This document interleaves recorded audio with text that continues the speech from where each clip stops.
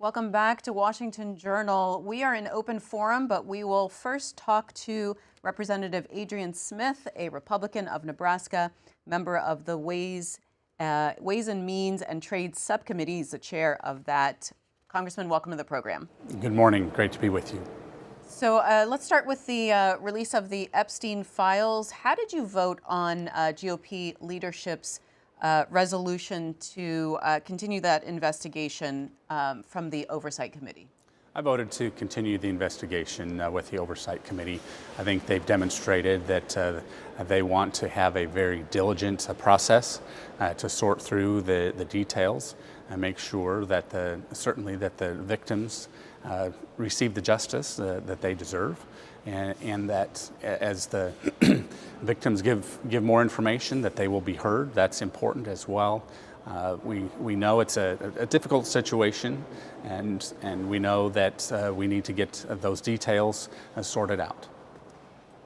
So what is your hesitancy then with Representative Massey and Khanna's discharge petition that would force the release of all files within 30 days? Well, we've got a process to uphold here, and if I sense that there was a more diligent effort, on a technical basis rather than a political basis, I'd be more open to that. But I think there's more politics in that than what the alternative is, which I think is a more sincere, diligent effort to sort through the details and make sure that the proper information is released. Well, as you know, the government runs out of spending in less than 30 days. Where does that stand now? Where do negotiations stand? Well, the appropriations process is far from complete. Sadly, it has basically broken down again, a lack of time before the end of this month, the end of the fiscal year. So we will see what our options are here moving forward, but I really respect our Appropriations Committee members who I think work diligently. I know that my colleagues, as they sort through those spending details, they're anxious to move a bill forward. I doubt that we will receive any cooperation in this process from the Democrats. So the Republicans, we can probably pass some things out of the House, but in the Senate, that's where things can break down, given the need for a supermajority. So we'll address this. I think moving forward. I hope that we don't fall into a situation where we actually have to spend more money as a result of the process breaking down.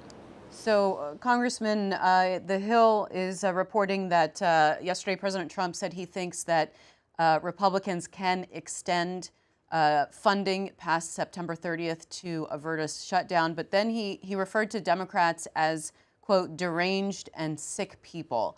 Does that kind of terminology bode well for negotiating with Democrats? Well, we know that there's a difficult process here. I know that there's a lot of frustration.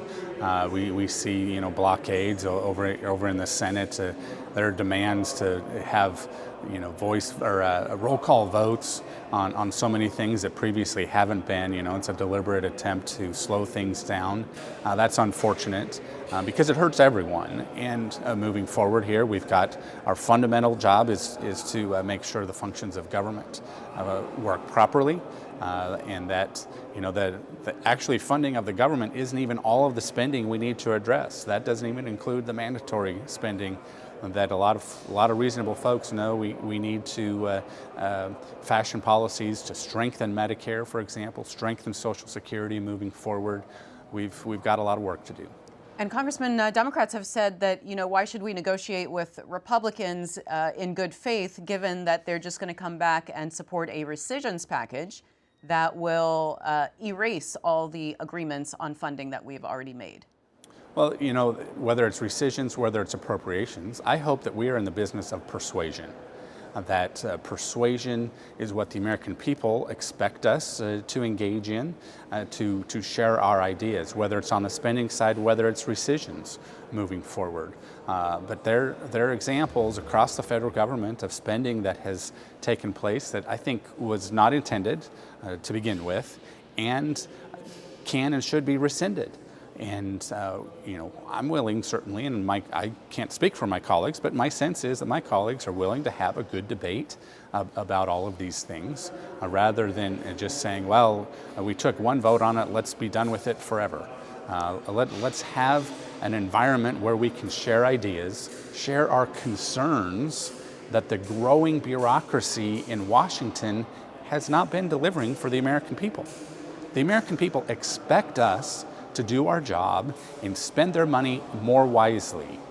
When you see waiting lines at the VA or difficulties getting cases responded to in Social Security or IRS, the American people, I think, are very reasonable in expecting Congress to be more responsive, especially on the spending side of the equation, where we see the growth in our debt.